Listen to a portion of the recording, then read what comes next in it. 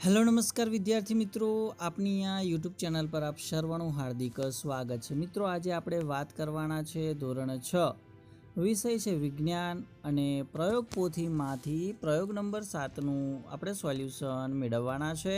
તો આ વિડીયોને અંત સુધી જોવાનું ભૂલતા નહીં। ચેનલ ઉપર પ્રથમ વખત આવેલા હો તો ચેનલને સબસ્ક્રાઈબ કરી દેજો।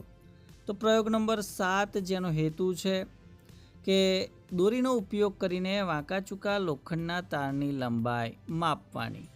બીની અંદર આપેલ પુસ્તકના એક પાનાની આશરે જાડાઈ શોધવાની છે। તો પહેલું જોઈએ કે ભાઈ દોરીનો ઉપયોગ કરીને વાંકા ચૂકા લોખંડના તારની લંબાઈ માપવી। તો સાધનમાં આપણે દોરી અને તારનો ઉપયોગ કરવાનો છે। અહીંયા જે પ્રમાણેની આકૃતિ આપેલી છે એ જ પ્રમાણેની આકૃતિ તમારે અહીંયા દોરી દેવાની છે। તો આ પ્રવૃત્તિ કરવા માટે આપણે શું કરવાનું છે તો પદ્ધતિ જોઈએ।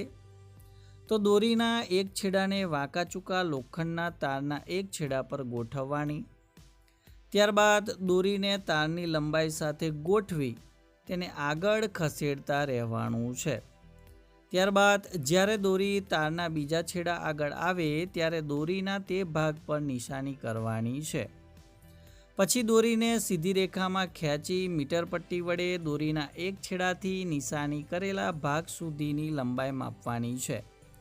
આ લંબાઈ એ વાંકા ચૂકા લોખંડના તારની લંબાઈ ગણાશે। બીજા નંબરની પ્રવૃત્તિ કે આપેલા પુસ્તકના એક પાનાની આશરે જાડાઈ શોધવાની છે। તો એના માટે પુસ્તક અને માપપટ્ટી સાધન અહીંયા જે આકૃતિ આપેલી છે એ જ પ્રમાણે આકૃતિ તમારે અહીંયા દોરવાની છે। પદ્ધતિની વાત કરીએ તો આપેલ પુસ્તક લેવાનું છે, તેના પાનાની કુલ સંખ્યા કેટલી છે એ જાણી લો। ધારો કે 250 પાના છે। હવે પુસ્તકને ટેબલ પર મૂકી સહેજ દબાવવાનું છે।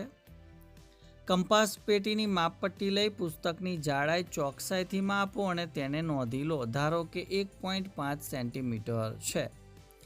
પુસ્તકની જાડાઈના માપને પુસ્તકના પાનાની કુલ સંખ્યા વડે ભાગવાનું છે અને આ માપ પુસ્તકના એક પાનાની આશરે જાડાઈ દર્શાવે છે। હવે વિદ્યાર્થી મિત્રો જ્ઞાન ચકાસણી આધારિત જે પ્રશ્નો આપેલા છે એનું સોલ્યુશન જોઈએ। એમાં પહેલો પ્રશ્ન છે કે નીચેનામાંથી કયો લંબાઈ માપવાનો પ્રમાણભૂત એકમ નથી? તો અહીંયા વેધ એ લંબાઈ માપવાનો પ્રમાણભૂત એકમ નથી। બીજો પ્રશ્ન છે કે નીચેનામાંથી કયો લંબાઈના માપનનો પ્રમાણભૂત એકમ છે? તો એ આવશે મીટર। ત્રીજું છે કે ઓરડાની લંબાઈ માપવાનો વ્યવહારિક એકમ કયો છે? તો એ આવશે મીટર। ચોથું છે કે કોઈ પણ બે શહેરો વચ્ચેનું અંતર માપવા માટેનો વ્યવહારિક એકમ કયો? તો એ આવશે કિલોમીટર। પાંચમું છે કે 1 કિલોમીટર બરાબર કેટલા મીટર? તો એ આવશે 1000 મીટર। ત્યારબાદ પ્રશ્ન 2 ખાલી જગ્યા પૂરવાની। 1 સેન્ટીમીટરના ખાલી જગ્યા સરખા ભાગ કરતાં દરેક ભાગની લંબાઈને મિલીમીટર કહે છે। તો એ આવશે 100। લંબાઈ માપવા માટેનો એસઆઈ એકમ ખાલી જગ્યા છે તો એ આવશે મીટર। 1 મીટર બરાબર કેટલા સેન્ટીમીટર? તો એ આવશે 100 સેન્ટીમીટર। કાચની જાડાઈ ખાલી જગ્યા એકમમાં દર્શાવાય છે તો એ આવશે મિલીમીટર। ઘડિયાળનું લોલક ખાલી જગ્યા ગતિ કરે છે તો એ આવશે આંદોલિત ગતિ। તો વિદ્યાર્થી મિત્રો આ હતું પ્રયોગનું સંપૂર્ણ સોલ્યુશન। વિડીયો ચોક્કસથી ગમ્યો હોય તો વિડીયોને લાઇક કરી દેજો, શેર કરી દેજો અને ચેનલને સબસ્ક્રાઈબ કરી દેજો। થેન્ક યુ, આભાર।